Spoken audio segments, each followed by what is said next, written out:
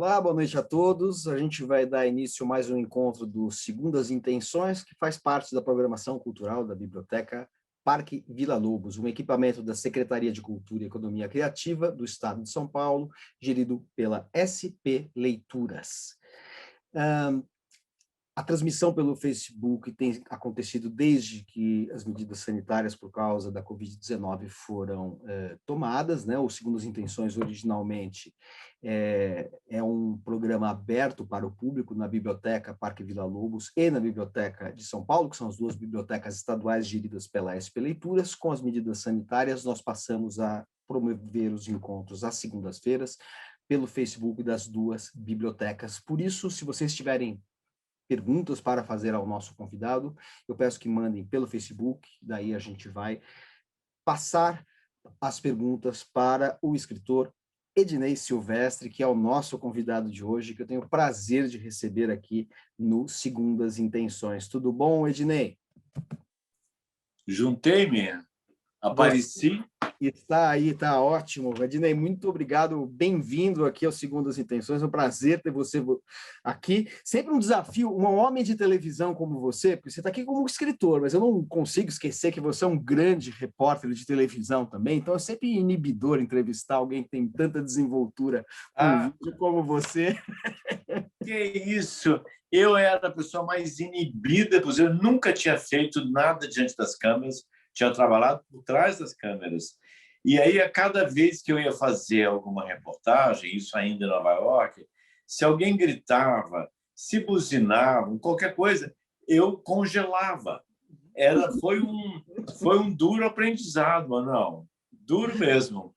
É difícil mesmo. Olha, aqui o Segundas Intenções, Ednei, é um bate-papo sobre a trajetória dos escritores. Foi bom eu ter mencionado o seu trabalho como jornalista de TV. Você sempre foi e continua sendo um jornalista dos mais conhecidos e respeitados do jornalismo televisivo brasileiro, e daí você, em determinado momento, surpreendeu, embora você tivesse uma relação muito forte com a literatura, por ter sido apresentador, criador do programa Globo News Literatura, todo mundo se surpreendeu quando você passou para o outro lado do balcão, que é quando você deixou de ser apenas um apresentador, entrevistador, que conversava com os escritores e passou a ser um escritor, e um baita escritor, já com essa altura do campeonato, salvo engano meu, 6 livros de ficção, não é isso? Agora serão, com o próximo, com Amores Improváveis, que sai em maio, serão 8. Serão 8 livros. Vamos lá, a gente vai ter que recapitular toda a sua trajetória para chegar à publicação dos seus livros. Ó, vamos ver se estou certo. Você estreou na literatura com o romance Se Eu Fechar os Olhos Agora, em 2009, depois veio Felicidade é Fácil, de 2011, Vidas Provisórias, em 2013, depois você publicou um romance que também tem uma peça teatral, há um diálogo entre os dois textos, que é o Boa Noite a Todos. Em seguida, o livro de contos Welcome to Copacabana e Outras Histórias, e O Último Dia da Inocência. Faltou algum? Não, é impressionante sua memória, cara. É impressionante. Eu tenho que contar nos dedos. Você fechar os olhos agora. Ok. A felicidade é fácil. Ok. Sou bem mais lento. Obrigado, Bruno. É essa trajetória mesmo. Vidas Provisórias. Vidas Provisórias. Boa Noite a Todos. Não, depois de Vidas Provisórias, foi a Boa Noite a Todos, que é um romance curto, ou uma novela. É que no Brasil raramente a gente se refere a um romance curto como novela, né? Depois do livro de contos, Welcome to Copacabana, o romance O Último Dia da Inocência, e o próximo agora, então, que o próximo é Amores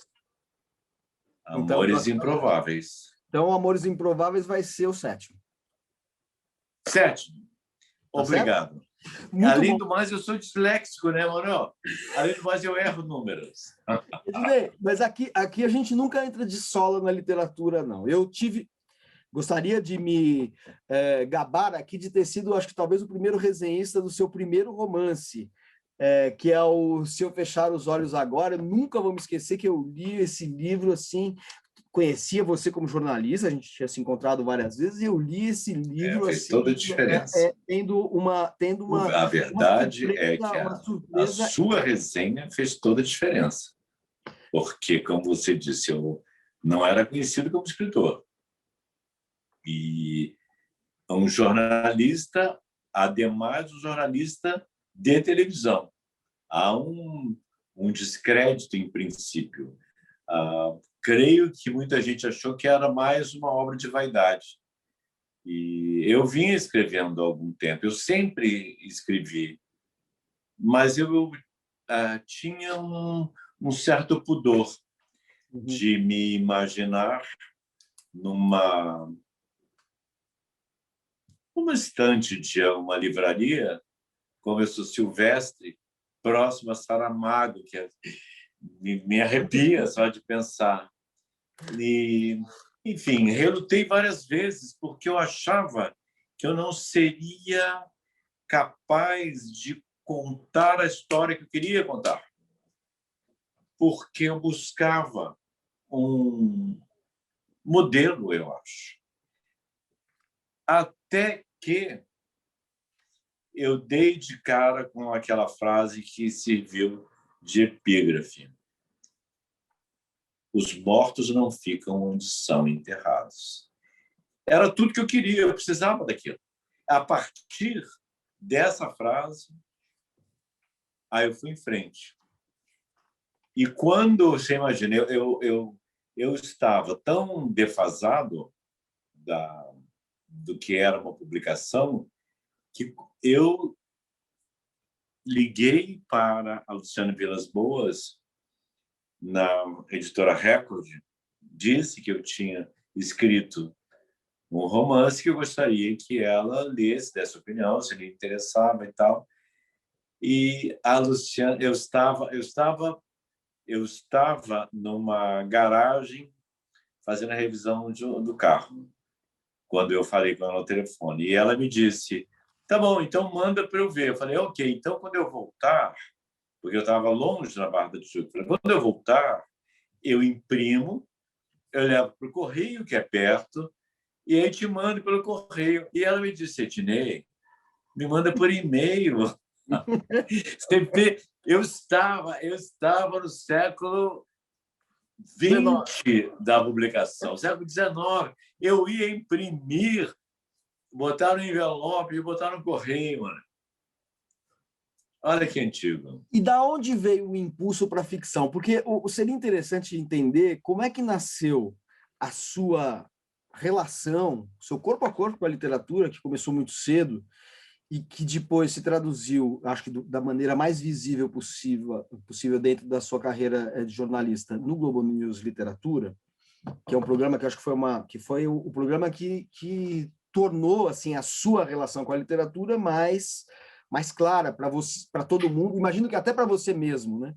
Só que como é que é o estímulo? Em que momento muda a chave e você deixa de ser um leitor muito qualificado, porque o jornalista que trabalha com literatura, entrevista autores, ele faz uma leitura que não é de fruição, é uma leitura dos romances, dos livros que lê, dos livros de contos, dos livros de poesia.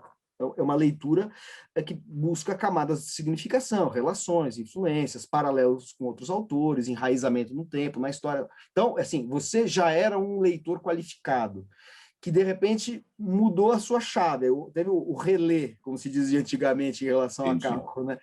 Mudou a marcha, mudou a pista, você passou para... Agora, como nasceu essa relação com a literatura, quando nasce na sua vida? Voltando lá atrás. Eu não sabia que eu tinha uma relação com a literatura, porque eu simplesmente ia à Biblioteca de Valença, minha cidade. A Biblioteca de Valença tinha uma característica muito interessante.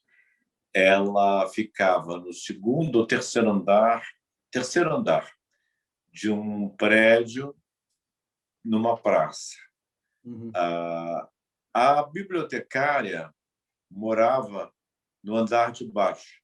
Então, se você queria ir à biblioteca, você batia na porta e pedia a chave. Ela emprestava a chave. Aí você ia à biblioteca e pegava o que você queria. E nesse pegar o que eu queria, eu sou muito curioso e era ainda mais curioso quando pré-adolescente, né? Adolescente. Quando eu comecei a ler, eu li sem saber quem era, sem o peso. Eu li Thomas Mann, eu li Jack London e adorei ler. E aí comecei a procurar outros livros do Jack London e outros livros do Thomas Mann, mas não sabia que isso era literatura ou alta literatura, porque eu lia também Edgar Rice Burroughs, Tarzan, adorava ler Tarzan, adorava e adoro até hoje histórias em quadrinho.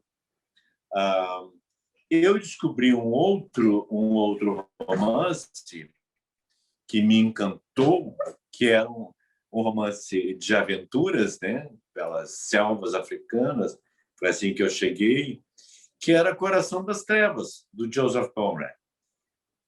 E cheguei, por causa disso, ao Lord Jim.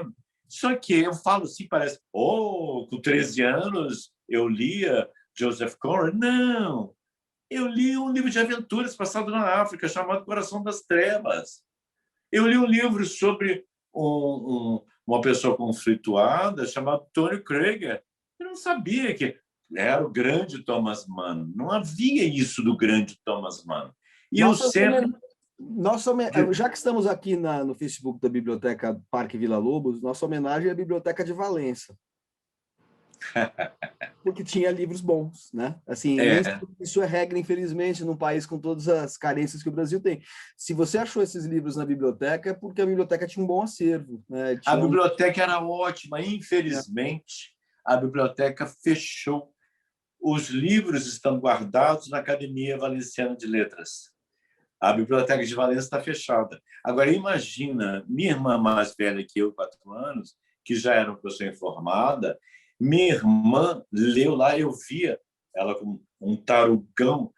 Ela estava falando, eu falei, o que você está lendo? Ela falou, Guerra e Paz, Leon Tolstói.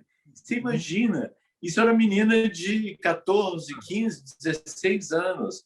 Então, essa Valença tinha esse grande incentivo. Tínhamos um colégio público, e era um ginásio, né? Uma escola secundária, chamada Teodorico Fonseca, que era extraordinária, era uma instituição extraordinária em incentivar os jovens a buscar teatro, cinema.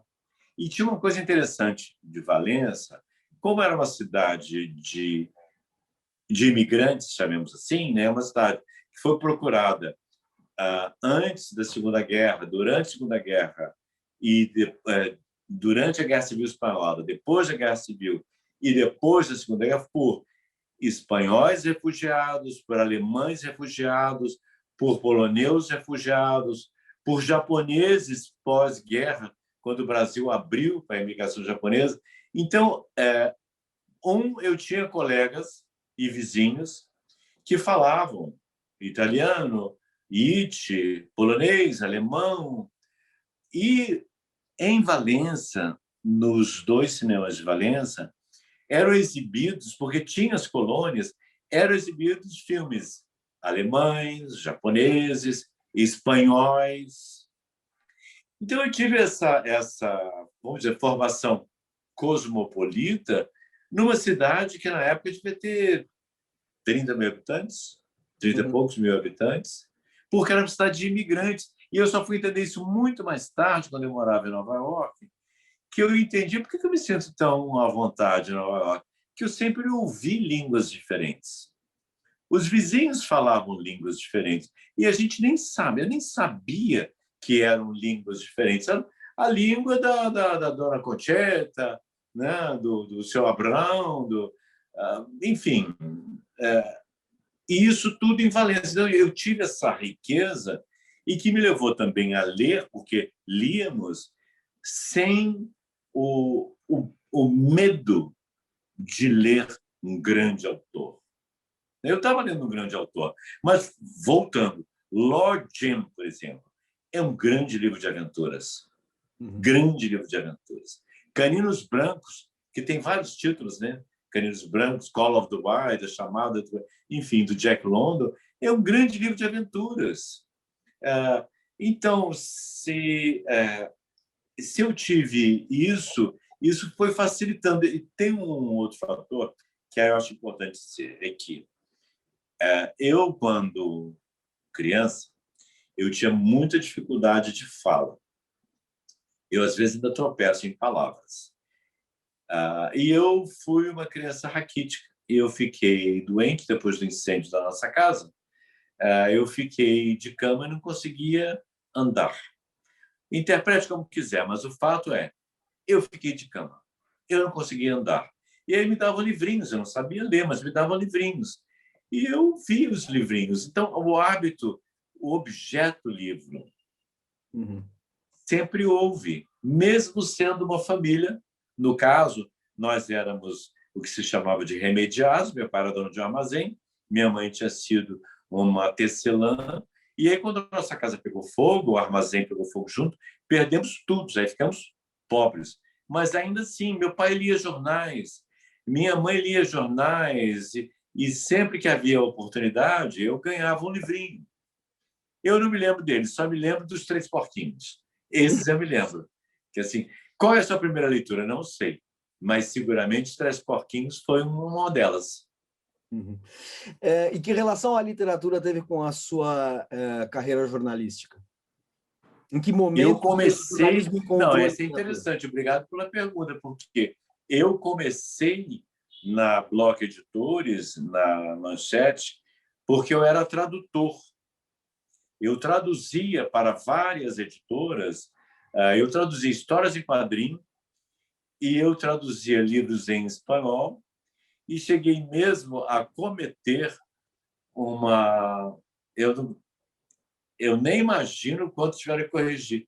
Eu traduzi um Fitzgerald, imagine você, chamado O Último Magnata. Deve ter corrigido muito, mas, enfim, por causa desse trabalho de tradutor, eu fui chamado, fui convidado para trabalhar na Manchete Press, que era uma agência de notícias da revista a falecida, da extinta revista Manchete.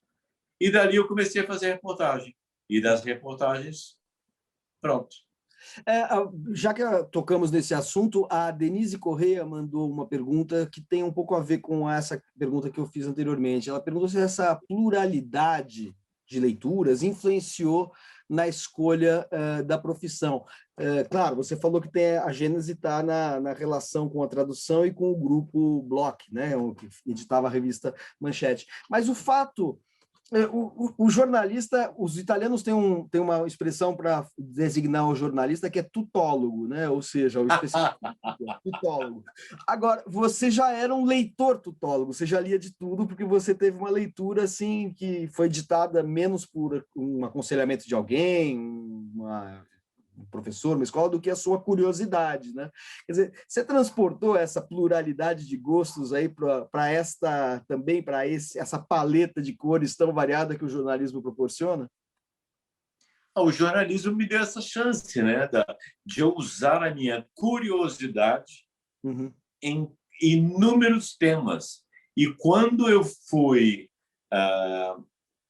convidado para a TV, a minha paleta, o meu horizonte tornou-se mais amplo ainda, porque, por exemplo, eu comecei a fazer muitas matérias sobre avanços da medicina.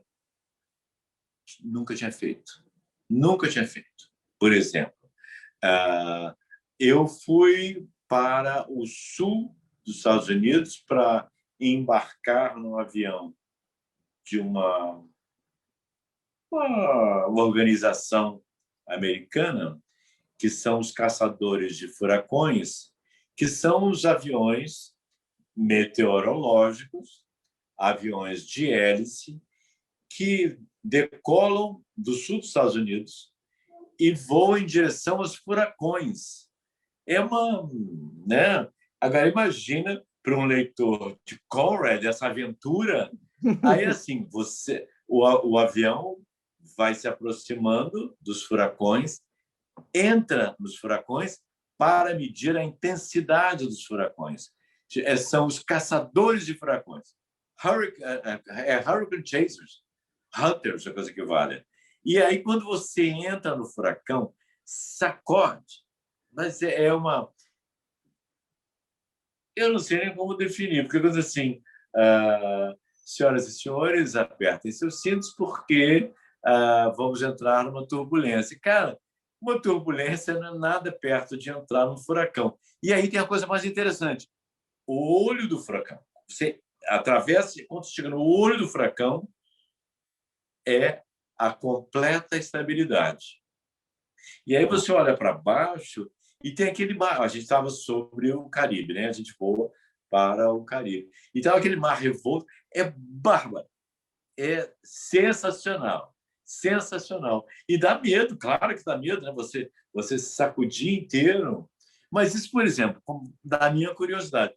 É claro que eu tinha essa curiosidade, né? O que eu não fiz, por exemplo, eu nunca saltei de paraquedas. Essa curiosidade eu não tenho. Perfeito. Agora, você teve essas experiências quando você já era correspondente em Nova York? Sim. Em que época tudo isso? Eu me tornei correspondente primeiro de O Globo em 91 e da TV Globo em 97, 96 para 97, final de 96. Como é que foi na época de 11 de setembro? Já ia dizer um palavrão, mas Taquilspe, viu? Taquilspe foi aí.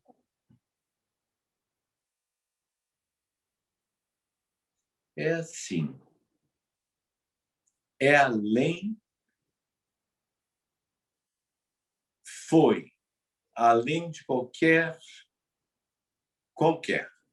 coisa que eu tivesse jamais imaginado.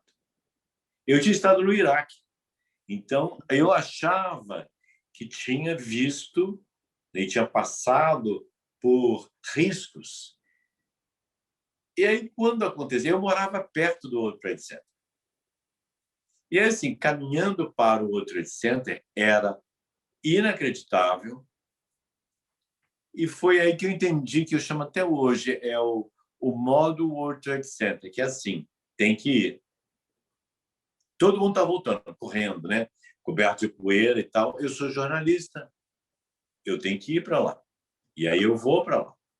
E eu vou para lá. E havia polícia, havia bombeiros, e as ruas estavam fechadas da maior parte. Então, eu conheço bem o sul da ilha de Manhattan. Muito bem. E aí eu estava com o Orlando Moreira, que era o cinegrafista do Dia 11, que também conhece muito bem, ele também morou nessa área era a área boêmia, depois virou a área que até Gisele Bündchen morou, e hoje voltou novamente vamos dizer, com o debacle da cidade, voltou a ter prédios abandonados, enfim, isso é outra história. Mas aí nós fomos para as ruelas, passamos por Chinatown, fomos na volta, chegamos ao local. Eu conhecia muito bem o World Trade Center, eu ia muito lá. E eu sabia que circulavam por lá 5 a 6 mil pessoas por dia. Então, uma situação daquelas, primeiro, os 2 aviões. Depois, as torres ruírem. Eu sabia que deveria ter sido um massacre incalculável.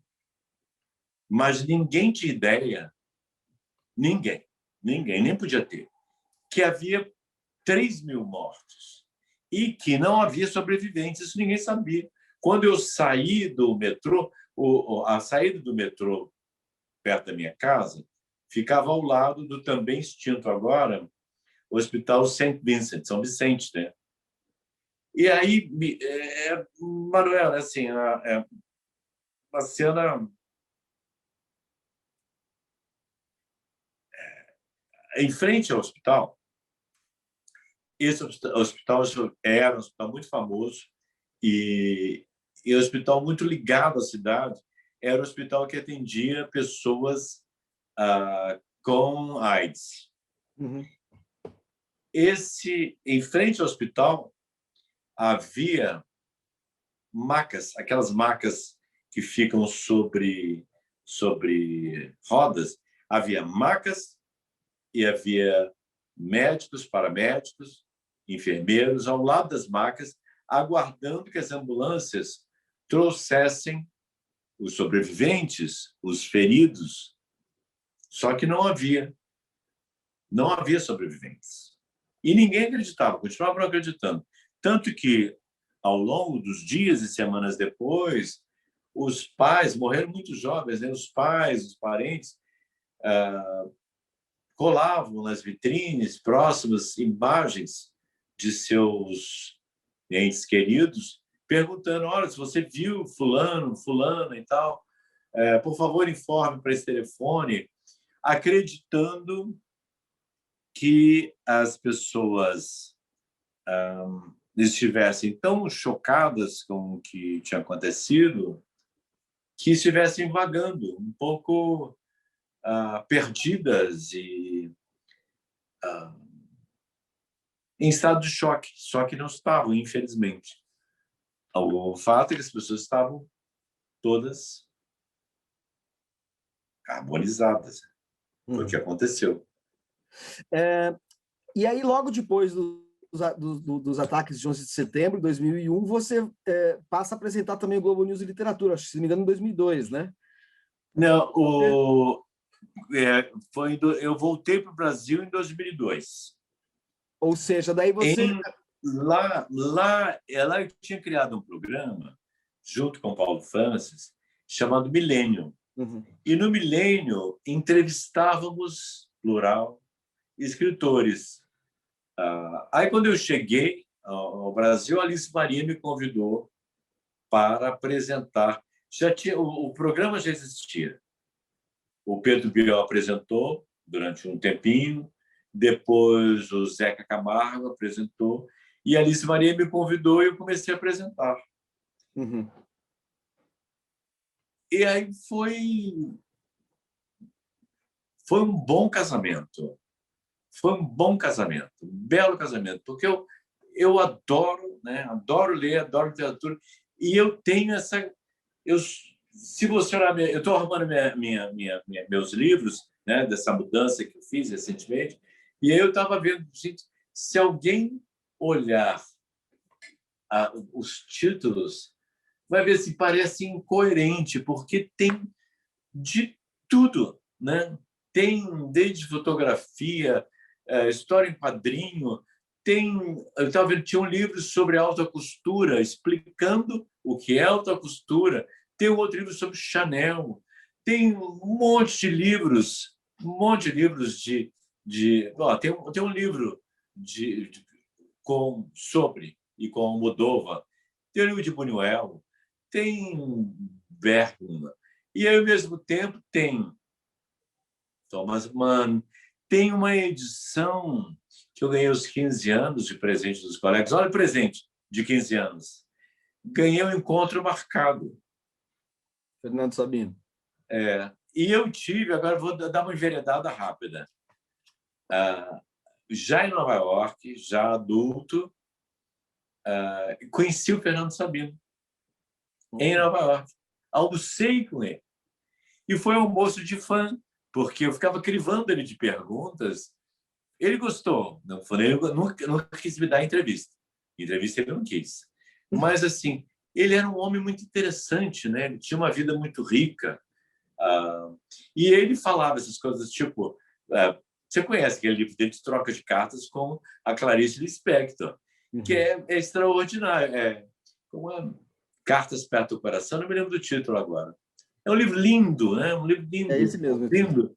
Dois amigos, ela em Roma, tem uma época que ela está em Roma, e ela se sentindo completamente inadequada naquela vida diplomática, que ela tinha que se vestir, ela tinha que se comportar, ela tinha que falar amenidades.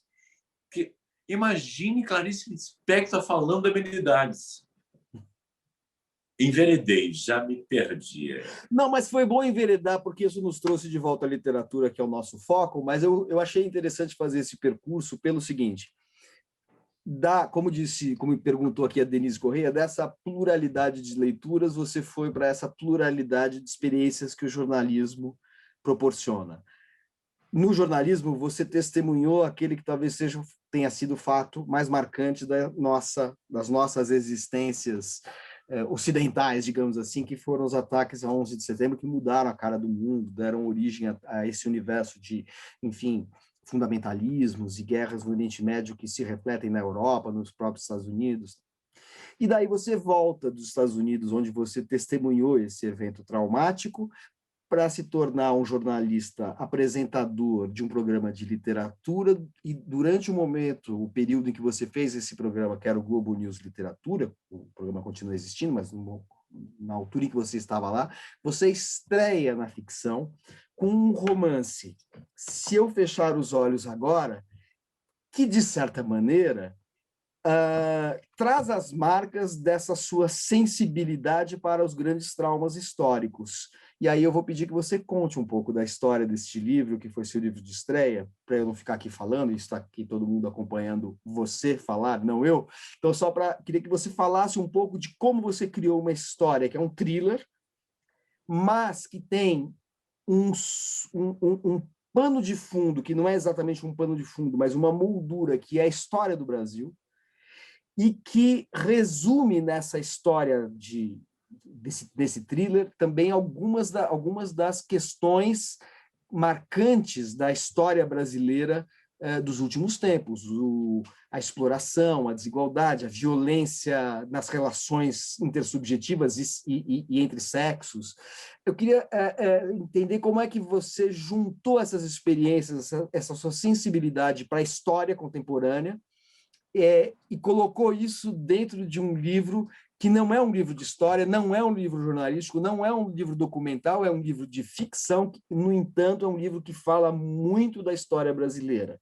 Porque a partir desse livro a gente pode falar dos seus outros livros, para entender de que maneira esta sua leitura do Brasil, a partir de uma história totalmente ficcional, ela depois também está presente, se torna presente nos seus outros livros, e como se esboça aí um projeto literário que eu acho que é hoje plenamente visível nos seus livros, em que cada título, em que cada romance aborda um aspecto, e os aspectos mais traumáticos da história brasileira do último século para cá. Eu acredito que eu não teria escrito Se Eu Fechar os Olhos Agora se eu não tivesse passado pelo 11 de setembro, se antes do 11 de setembro eu não tivesse ido ao Iraque, se eu, no ano seguinte, não tivesse voltado para o Brasil e saído pelo Brasil, fazendo reportagens em Rondônia, na Amazônia, no interior de Minas, em Belém do Pará, assim, vendo aspectos da cidadania do Brasil numa época em que nós brasileiros fizemos uma virada extraordinária. Vendo de lá, era assim, os dois candidatos mais fortes à presidência eram um ex-operário, que era o Luiz Inácio Lula da Silva, não? E um filho de verdureiro, que era o José Serra. Assim, com tudo que tínhamos passado, com tudo que eu tinha visto, inclusive de elitismo, né? Daquela troca de poder entre pessoas poderosas no interior que eu tinha vivido, que a gente sabia de toda a história do Brasil. Aí vê-se dois homens de origens populares, né? Como o José Serra e Luiz Inácio Lula da Silva. E aí viajo eu pelo Brasil e vejo demonstrações de intensa cidadania, de intensa esperança em dias melhores. E eu não estou fazendo aqui nenhum proselitismo, nem propaganda política, é apenas assim, eu vi em brasileiros do país inteiro o que eu tinha visto que era extraordinário na minha avó. A minha avó, Maria José, uma das pessoas a que eu dedico o meu novo romance, a Dona Maria era uma lavradora que, num dado momento, ela convence a família a sair da roça, como se dizia, e ir para aquela região de Valença, onde tinham inaugurado várias fábricas. Então, essa Dona Maria Lavradora se torna uma tecelã.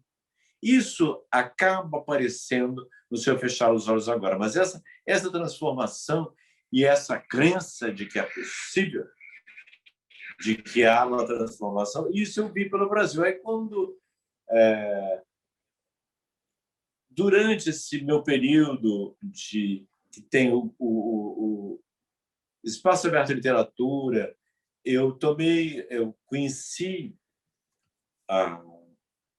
uma obra que eu admiro muito, que fala do Brasil profundo, que é do Luiz Rufato. Eu vi que estávamos fazendo no Brasil um novo Brasil.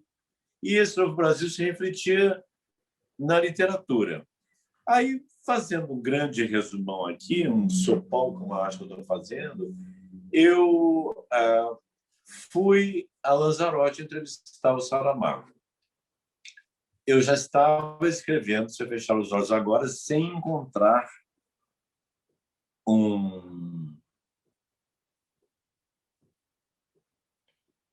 uma estrada em que eu confiasse que era a maneira de contar.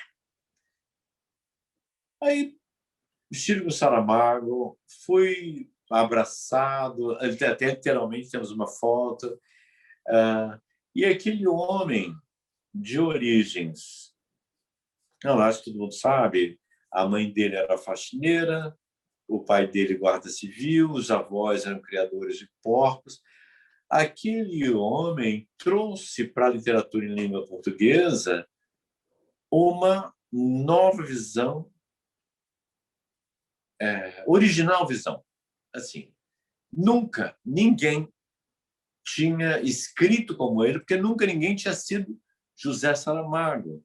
E em algum momento depois disso, eu entendi que eu tinha uma história para contar que falava dessa violência contra os mais frágeis, que são as mulheres, as crianças, os velhos. E aí esses personagens foram aflorando, né? Quem surgiu primeiro foi a Anitta. Quer dizer, eu como repórter, eu vi tantas histórias terríveis de violência contra a mulher e histórias frequentemente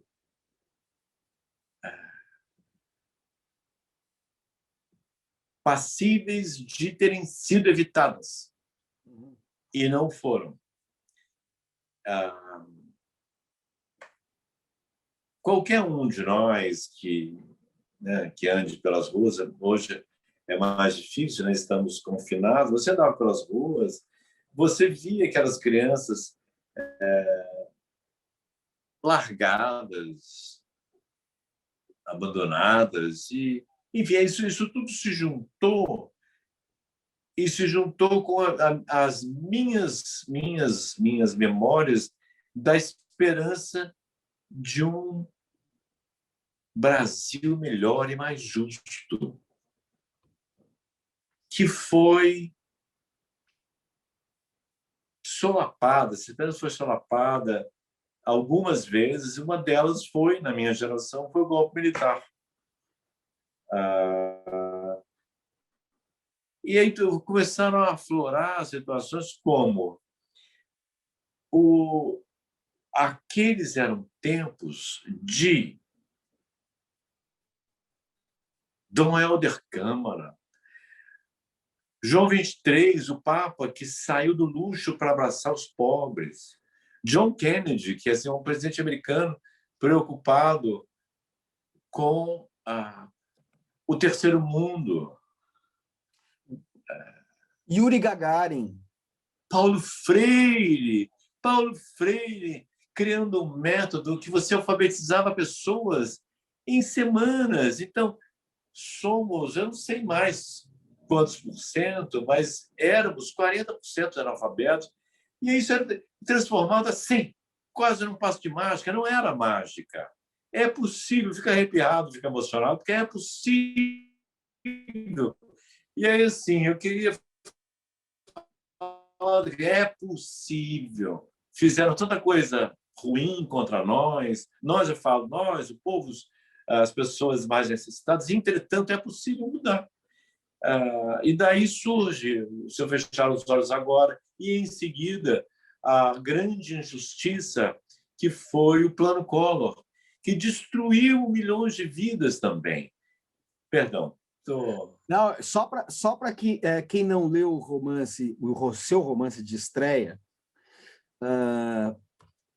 compreender melhor, quando você menciona a Anitta e esse ambiente de otimismo que de repente é traído, né? Essa confiança, esse olhar para a abertura que o mundo oferecia nos anos 60, com o Paulo Freire, com o Kennedy, com as perspectivas construtivas, edificantes e civilizatórias, a gente encontra no seu romance, de saída, dois meninos cujo grande fascínio naquele momento, no comecinho, nas primeiras páginas do romance, é a notícia de que o Yuri Gagarin fez o primeiro voo ao espaço. De certa maneira, tudo isso, não sei se as pessoas que estão acompanhando ouviram, na hora que você estava falando dos nomes, Kennedy, Paulo Freire, eu falei Gagarin, porque era justamente para falar, olha, no romance, tudo isso é sintetizado pela ideia do Gagarin. Podia ser também o primeiro homem que pisou na Lua, mas o Gagarin naquele ano, você localizou em 1961, Sim, mas ele saiu, ele foi ao espaço sideral, né? Exatamente.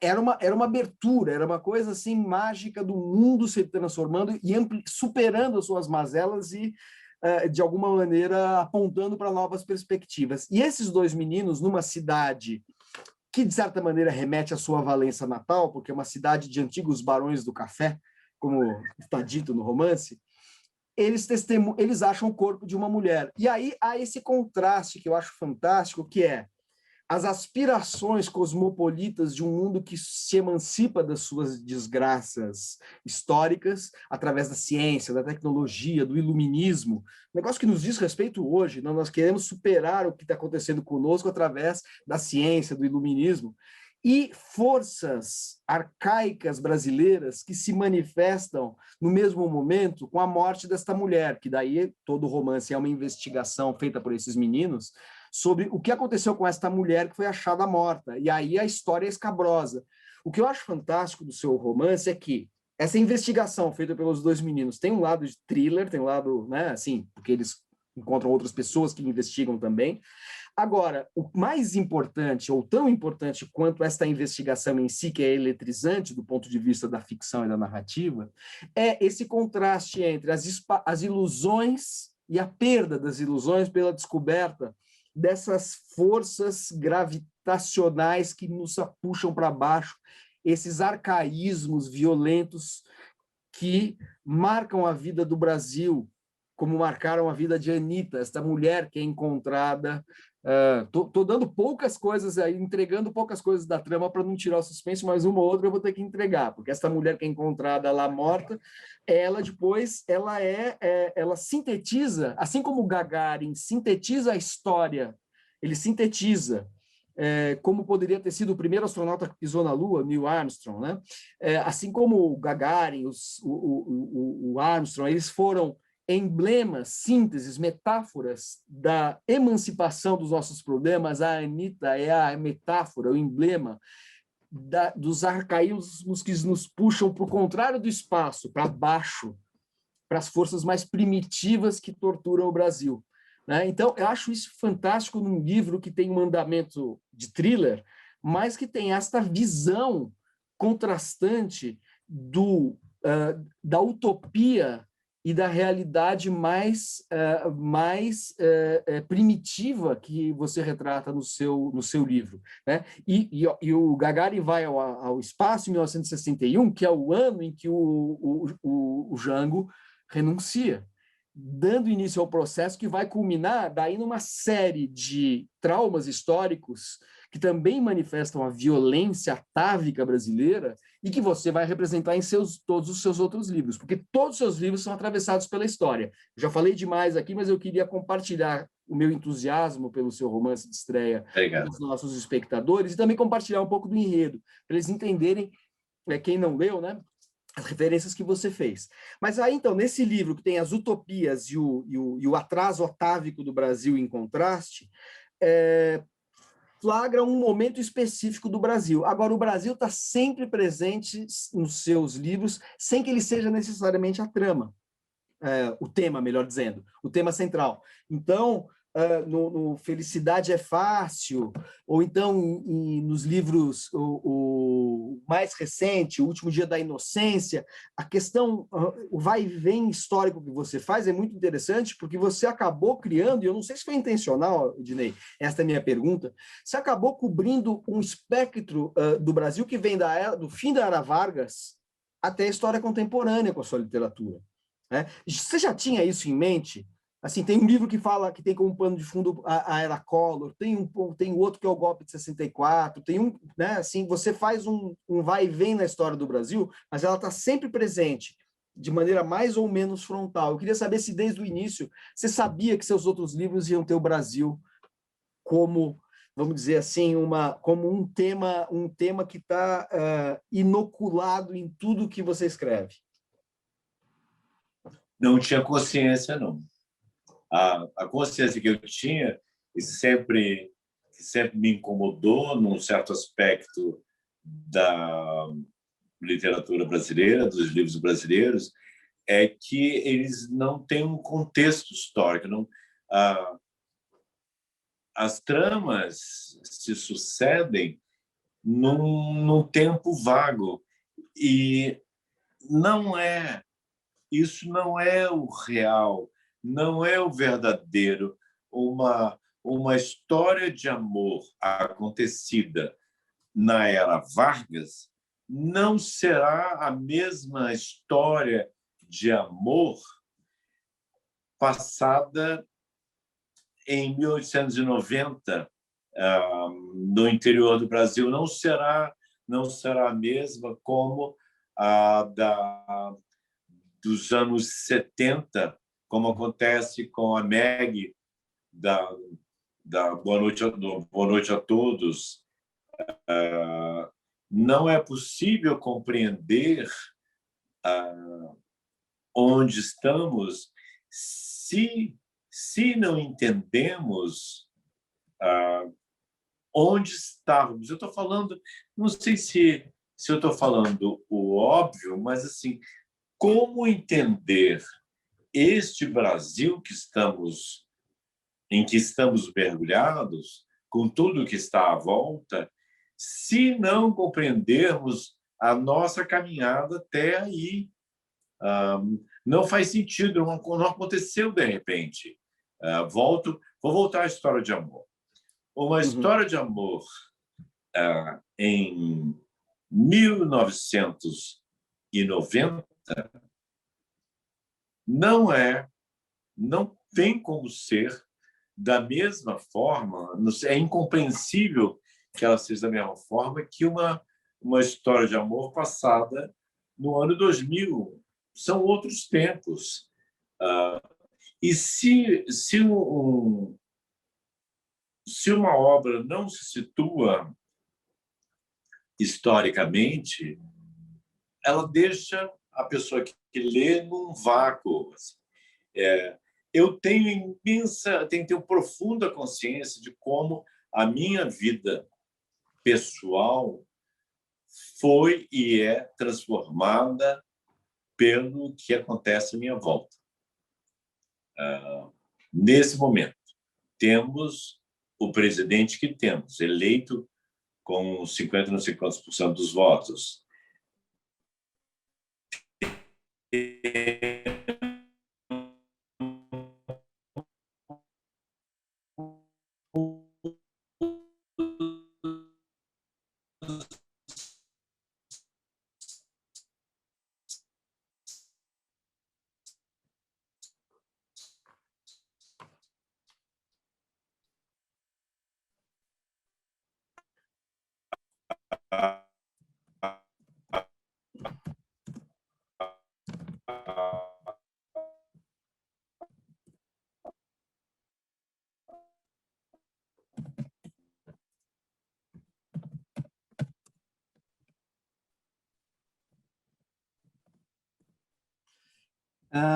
Eu vou só interromper aqui um pouco, porque parece que nós estamos com um problema na transmissão e no sinal do Ednei Silvestre, que estava nos contando um pouco da história das marcas da política brasileira recente na sua obra,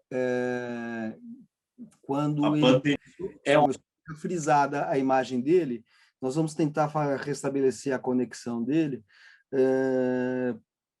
para que a gente possa completar esse raciocínio que ele vinha fazendo. Mas enquanto ele se reconecta e volta aqui ao contato conosco, parece que já está entrando novamente, eu acabo de vê-lo aqui na nossa transmissão interna, que a imagem está se movimentando. Eu só queria dizer que, assim, existe, de fato, nos romances do Ednei Silvestre, uma preocupação de enraizar o acontecimento ficcional, o enredo, na história, não deixá-lo numa espécie de imprecisão temporal, cronológica, mas, de qualquer maneira, isso também serve, de alguma maneira, para fazer uma leitura daqueles elementos da trama ficcional que refletem o que a história imprime nelas. Então, de um lado, assim, uma história de amor, como ele dava o exemplo, ela está marcada por um contexto político, social, pela moda, pela sociedade, pelo local em que ela acontece.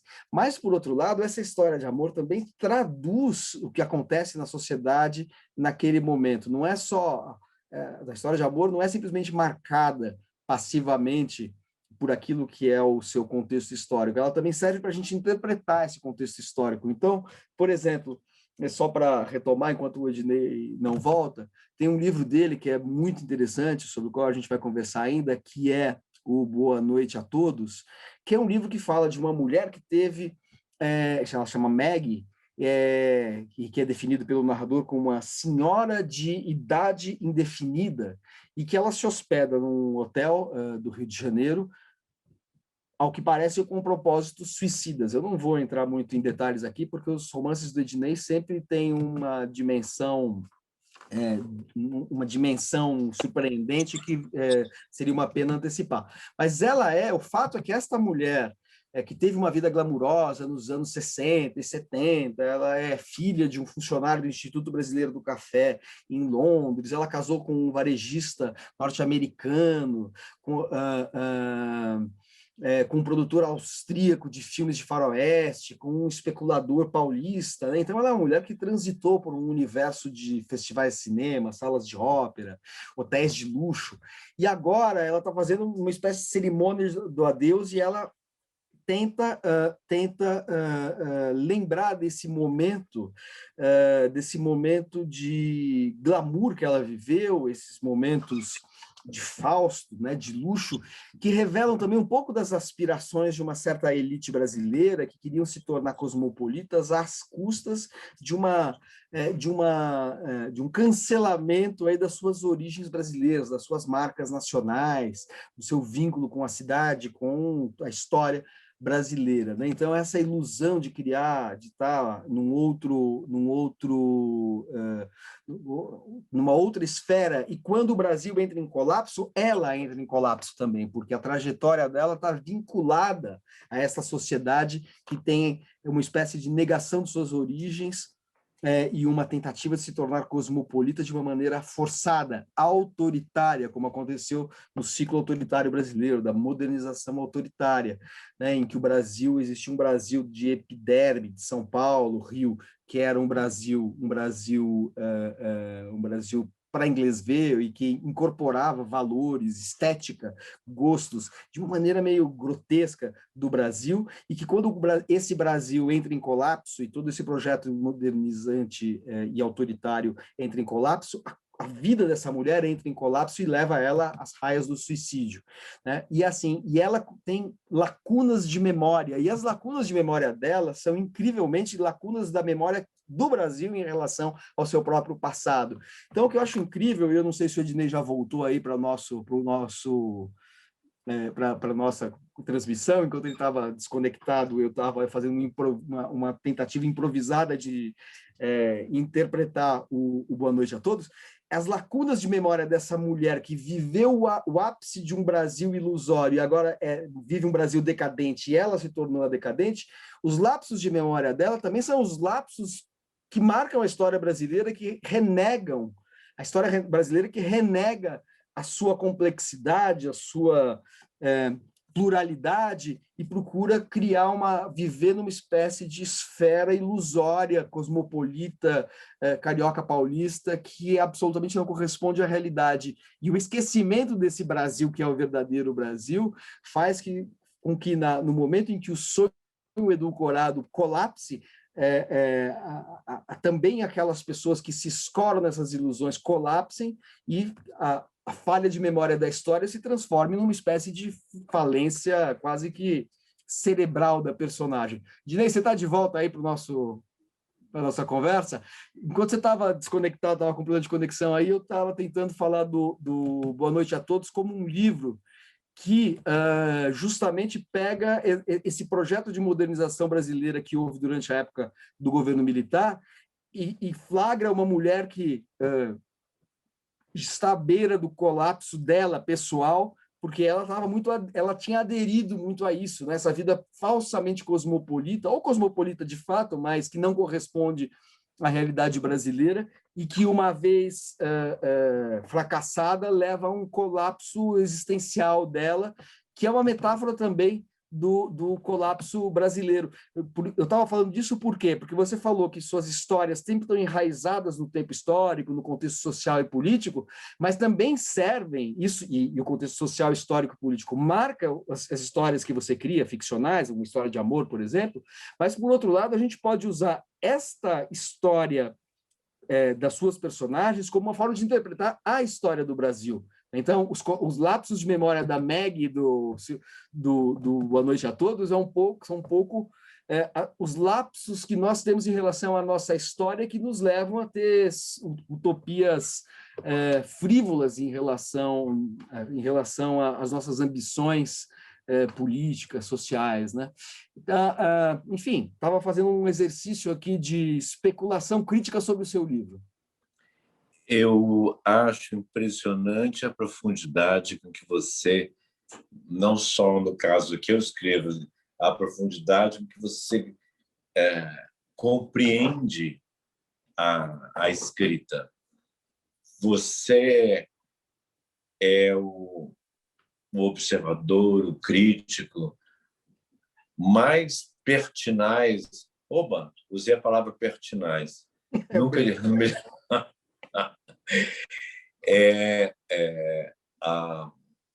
a Meg é um personagem difícil de entender, porque ela ela se revela através do que ela não revela, né? Do que ela não se lembra. Ela não se lembra, por exemplo, da palavra mosaico.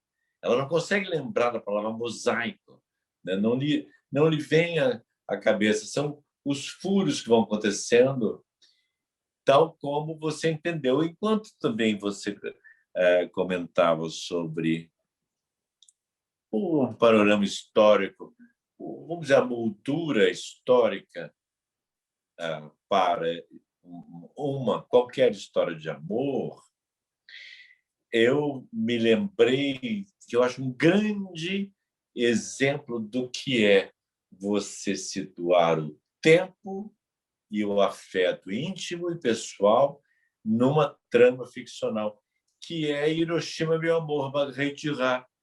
Ela era uma colaboradora dos nazistas, embora não fosse bem isso. Uhum. A personagem é totalmente inspirada naquelas mulheres na França, Nevers. Ela era de Nevers. Ela me lembra Nevers. Ela era de Nevers. Ela foi amante de um soldado alemão e ela se apaixona por um japonês em Hiroshima. E ela quer fazer as ligações sobre as destruições lá em Nevers e em Hiroshima e a destruição íntima que a levou a querer estabelecer uma ligação com este homem, porque ela se apaixona no Japão, e a história está separando os dois, né? Acho Hiroshima, Mon Amour, um grande exemplo de romance histórico seguindo uma trilha de amor. Uhum. E fala muito do seu tempo, como exemplo do que acontece com a Felicidade é Fácil, que fala da Era Collor, ou Boa Noite a Todos, que fala um pouco desse colapso do Brasil. Mas com relação a esse livro, Boa Noite a Todos, sobre o qual eu estava falando, Ednei, tem uma característica até editorial, estrutural desse livro, que é muito singular. Você tem uma narrativa seguida de uma peça. Por quê?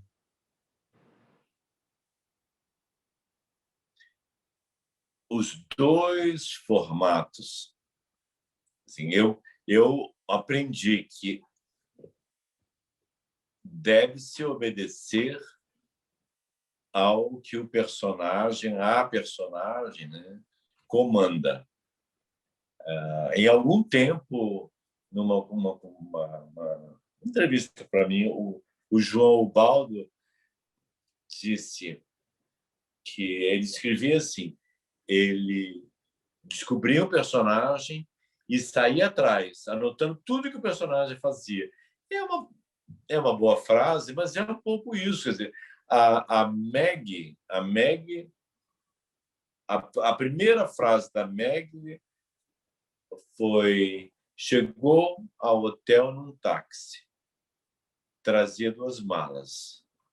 Numa tinha os 3 livros favoritos, na outra a roupa para o salto.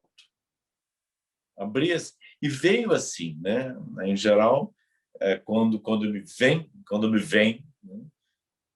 Engraçado, eu tinha aprendido esse ai que me vem como a frase do gozo em português. Ai que me vem, ai que me vem. Como vou gozar, vou gozar. E aí falou, aí me vem.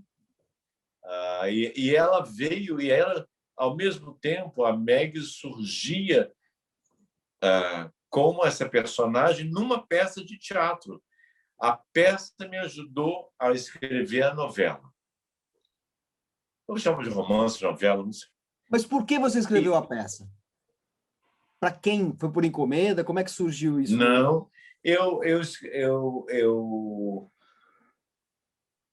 achava que, até hoje eu acho que ela precisa, a Meg precisa de uma maneira de chegar ao público, e essa maneira seria um palco. 3 pessoas fizeram a Meg nos palcos. A primeira foi Cristiane Torlone, que fez muito bem, mas ela é muito jovem. Não fazia sentido. Tudo a Torlone no palco ela já é muito bonita, mas num palco ela é estupenda. E ela parecia uma mulher de 30 anos. Então, todas aquelas frases não faziam sentido. Aí, quando eu lancei o livro, com o texto corrido e a peça, no Rio de Janeiro, quem fez a leitura foi a Fernanda Montenegro. Ninguém dava um pio no teatro. Foi assim, um completo, um absoluto silêncio. Era a Meg que a Fernanda Montenegro fazia, era uma Meg que já estava cansada e aceitava aquele destino, porque não havia mais nada a fazer. Aí, em São Paulo, a leitura foi da Irene Ravache. E, interessantemente, a Ravache veio com uma revolta, um ódio daquele destino. Ela já abria assim, primeiro que ela não abria sentada, né? Ela lia a leitura. Ela entrava no palco e dizia: nasci aqui. Nasci na casa que havia aqui. E ela começa a falar de destruição, porque a peça começa com a destruição da casa, e no lugar da casa destruída, da infância dela, é erguido esse prédio de onde ela vai saltar. A leitura da Ravache era tão raivosa que aí eu entendi assim, a compreensão que cada leitura, no caso, a leitura de cada atriz, três atrizes boas, excelentes, maravilhosas atrizes, deram a essa personagem. Você me perguntou por que uma peça? Porque surgiu junto. E aí, quando eu vi, particularmente, porque foi a primeira vez que eu vi uma mulher de alguma idade, né? De uma idade que foi a Fernanda Montenegro fazendo, eu senti um impacto. Falei, gente, isso é preciso que isso seja dito, é preciso que seja visto tudo aquilo que a Meg representa, esse Brasil, esse quadro de negação, de cosmopolitismo que esconde o outro lado, esse lado que destrói a Anitta de Se Eu Fechar os Olhos Agora. Por quê? Porque ela não tem, a vida não tem valor para essa elite. Então, eu vejo todas as ligações que existem entre as coisas em tudo que eu escrevo, e ver no palco deu uma vez. Eu tenho outras peças, uma que deve ser encenada breve, assim, enfim, breve, quando terminar essa pandemia, mas fala só um minutinho. Essa peça, Casa Comigo, que tem uma versão em áudio da Storytel, é uma peça que se passa na noite em que o Brasil decidiu se o próximo presidente, 1992, seria Lula ou Serra. Nessa noite, acontece esse encontro de dois casais e uma interferência desse Brasil ancestral, desculpe o clichê, mas que é o que cabe aqui. E está nessa peça. Quer dizer, há uma ligação entre todas essas personagens. A personagem central do meu romance novo é uma brasileira, filha de imigrantes no interior do Brasil, em 1890.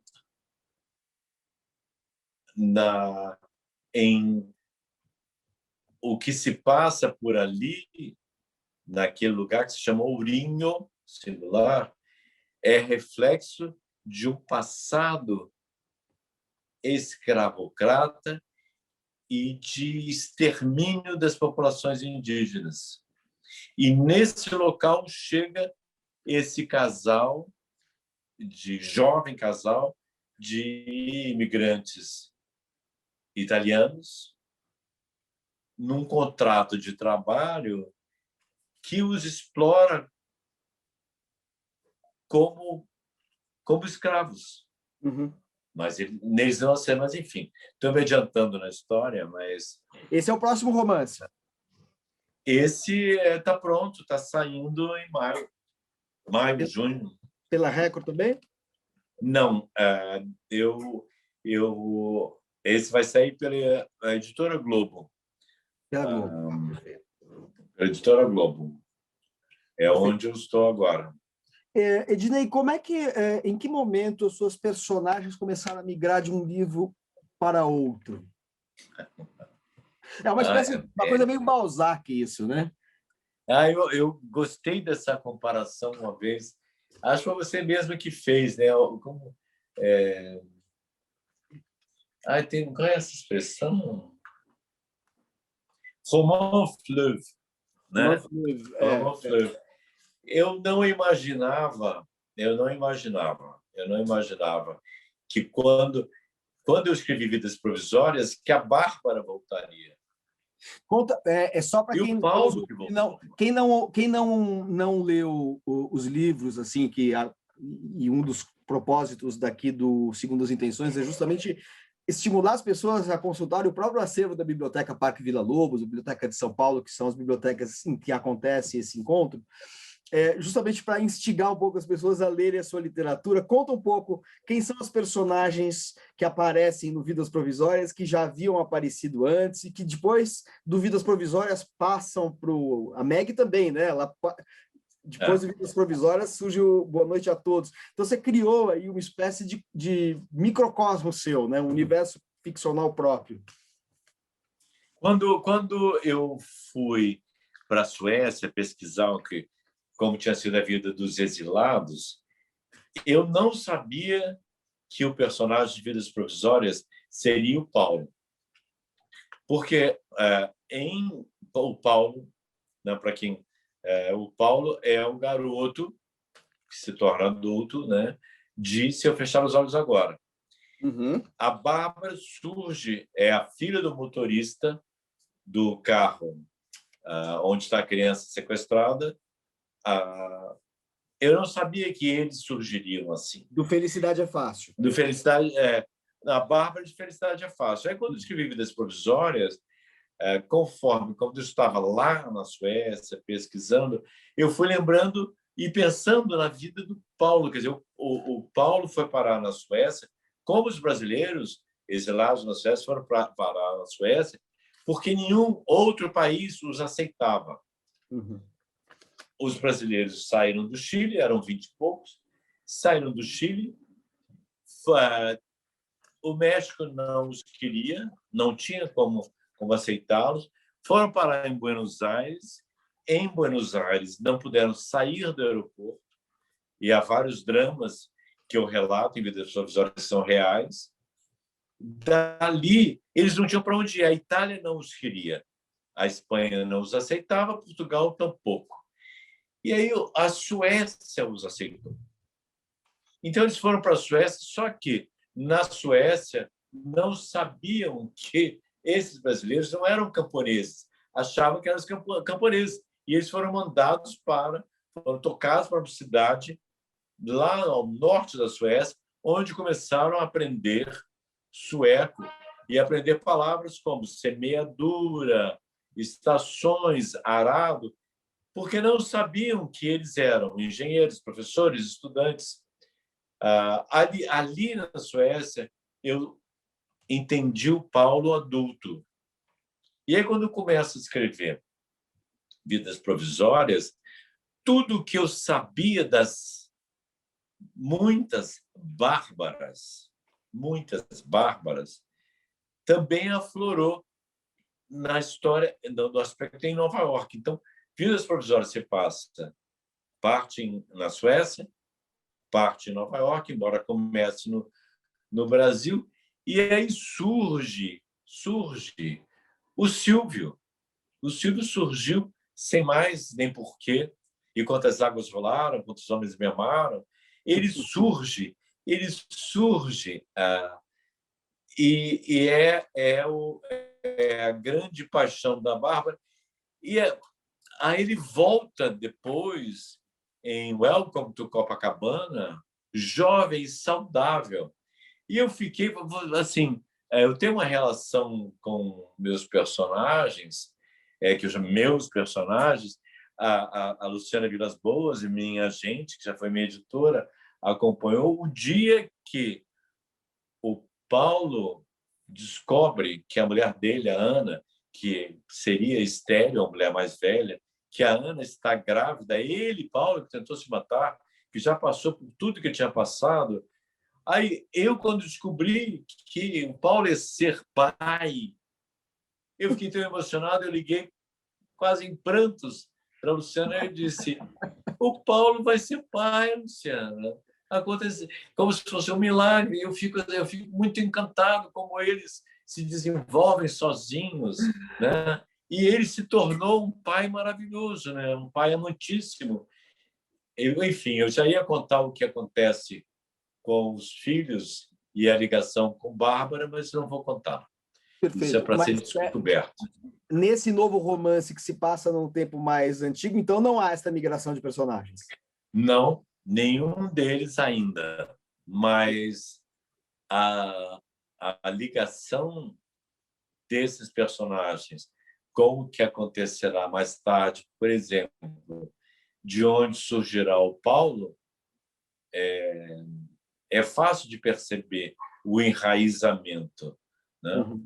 A cidade, as origens, as famílias, os coronéis, as plantações, o café. É um pré, se eu fechar os olhos agora.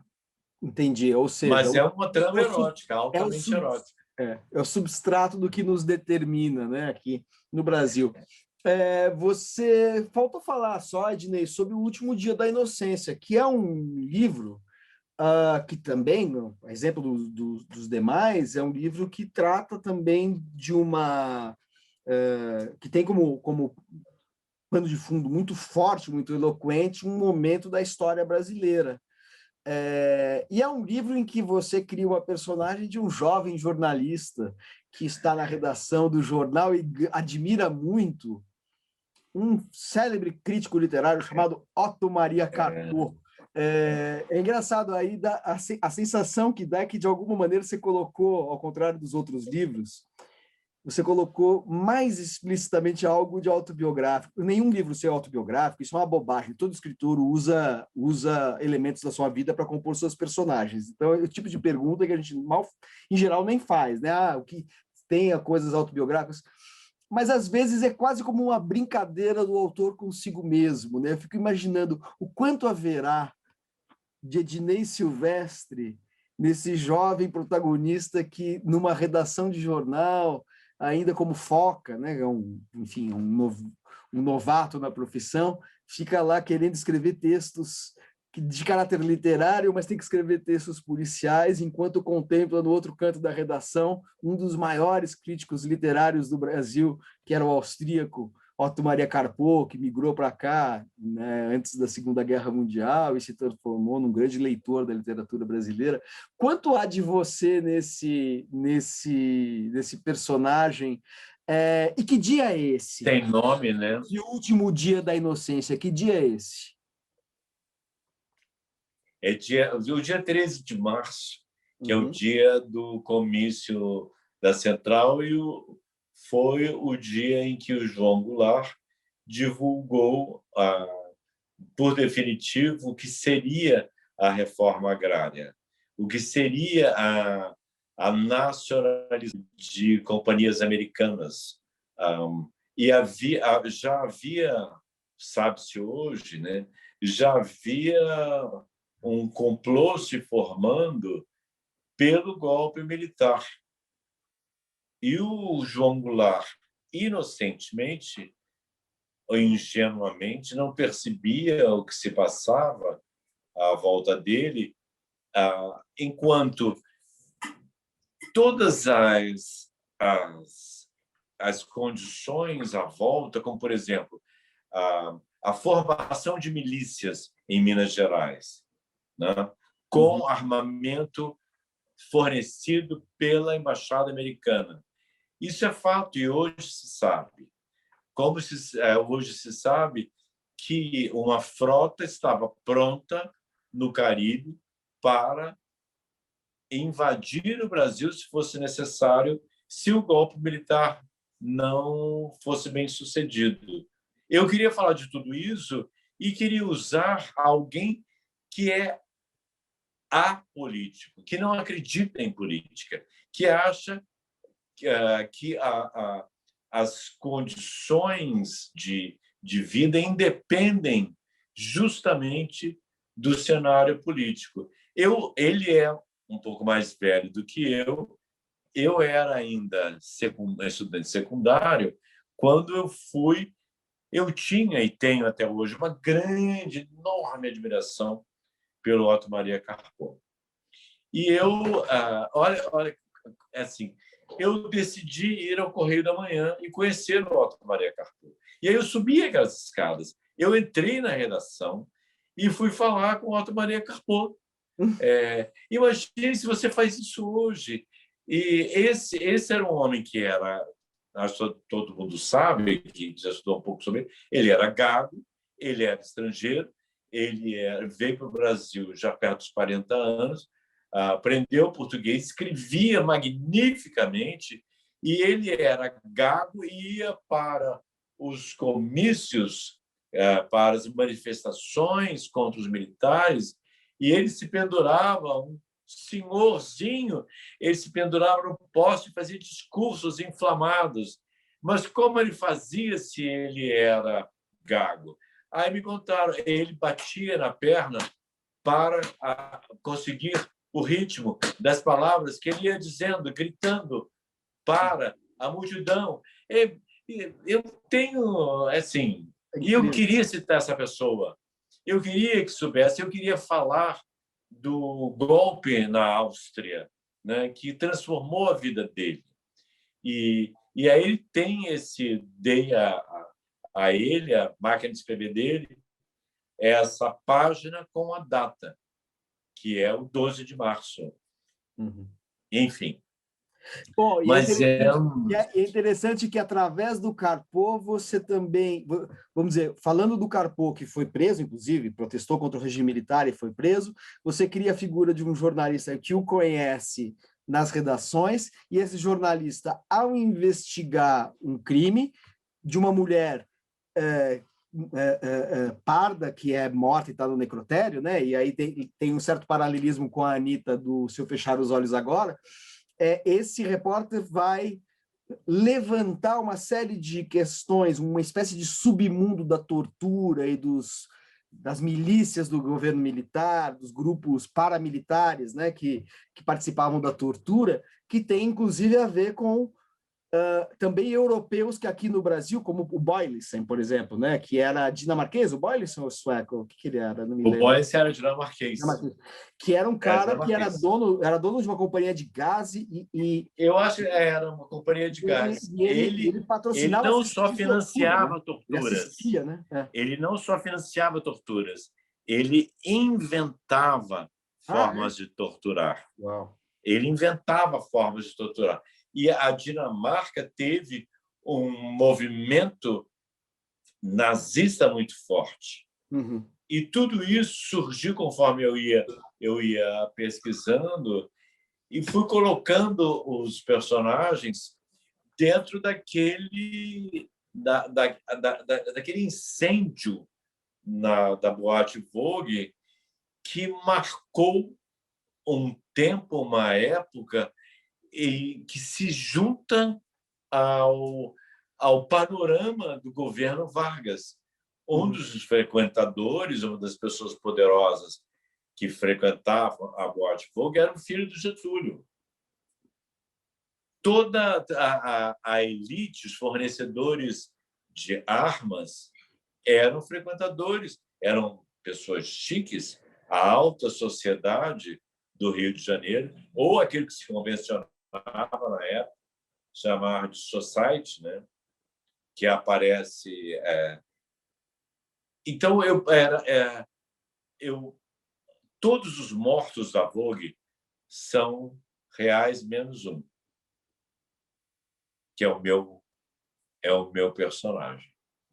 Mas como se trata de um livro policial histórico, também a gente não pode revelar quem é, né? Mas tem ligações, tem ligações e vão chegar ao Carpô. Uhum.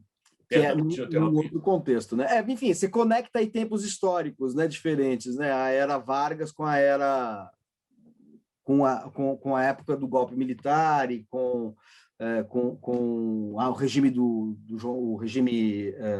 governo do João Goulart, enfim, é todo um contexto intrincado aí que você resgata através e a partir da ficção. Vou só convidar vocês, a quem nos assiste, para os próximos Segundas Intenções. O próximo Segundas Intenções vai ser no dia 12 de abril, vai ser um Segundas Intenções especial, porque vai ser uma homenagem ao programa Sempre um Papo, do escritor e jornalista Afonso Borges, um tradicionalíssimo programa de entrevistas com escritores conduzido pelo Afonso Borges e que está fazendo 35 anos. Então, Segundas Intenções vai fazer o contrário. Em vez do Afonso Borges entrevistar, como ele faz no Sempre um Papo, a gente vai entrevistar o Afonso Borges. E quem vai entrevistá-lo não vou ser eu vou estar como vocês assistindo de longe, de casa.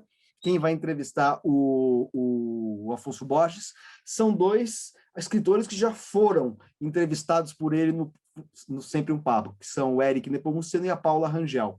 Então, isso vai ser no Facebook da Biblioteca de São Paulo, no dia 12 de abril, então uma homenagem ao programa Sempre um Papo, que acontece nas unidades do SESC, de Minas e de vários outros lugares do Brasil, em que há 35 anos o Afonso Borges entrevista autores. Então, agora ele será entrevistado aqui no Segundas Intenções por dois desses escritores, o Eric Nepomuceno e a Paula Rangel. Para falar um pouco da importância desse projeto chamado Sempre um Papo, que é uma referência para todos os que fazem programas de séries de conversas com escritores pelo Brasil, e depois, no dia 26 de abril, no Segundas Intenções, pelo Facebook da Biblioteca Parque Vila Lobos, aqui onde a gente se encontra hoje, daí eu volto à cena e vou entrevistar a poeta Angélica Freitas. Então, fica o convite para todos vocês, para dia 12 de abril, no Facebook da Biblioteca de São Paulo, com o Afonso Borges e essa homenagem aos 35 anos do programa Sempre um Papo, e no dia 26 de abril, aqui no Facebook da Biblioteca Parque Vila Lobos, uma conversa com a poeta Angélica Freitas. Acho que o Ednei voltou à cena novamente. Ednei, acho que eu voltei. Eu estava só anunciando aqui os próximos encontros, mas agora, então, que você retornou, eu queria te agradecer imensamente pela participação aqui no Segundas Intenções e retomar o que eu estava dizendo antes. Espero que o nosso próximo encontro, que seja para falar sobre o seu próximo romance, que vai sair agora em maio, seja um encontro ao vivo, todos vacinados e todos saindo desse pandemônio pandêmico. Muito obrigado. Deixo a última palavra para você se despedir dos nossos espectadores aqui. Ednei, um grande abraço para você. Saudades de te encontrar pessoalmente, mas é muito bom tê-lo aqui no Segundas Intenções e foi um prazer conversar com você.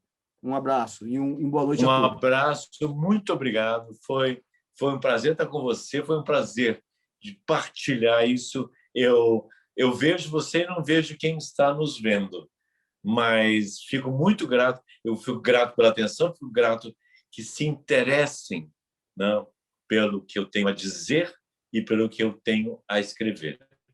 Obrigado e até breve, espero. Até breve.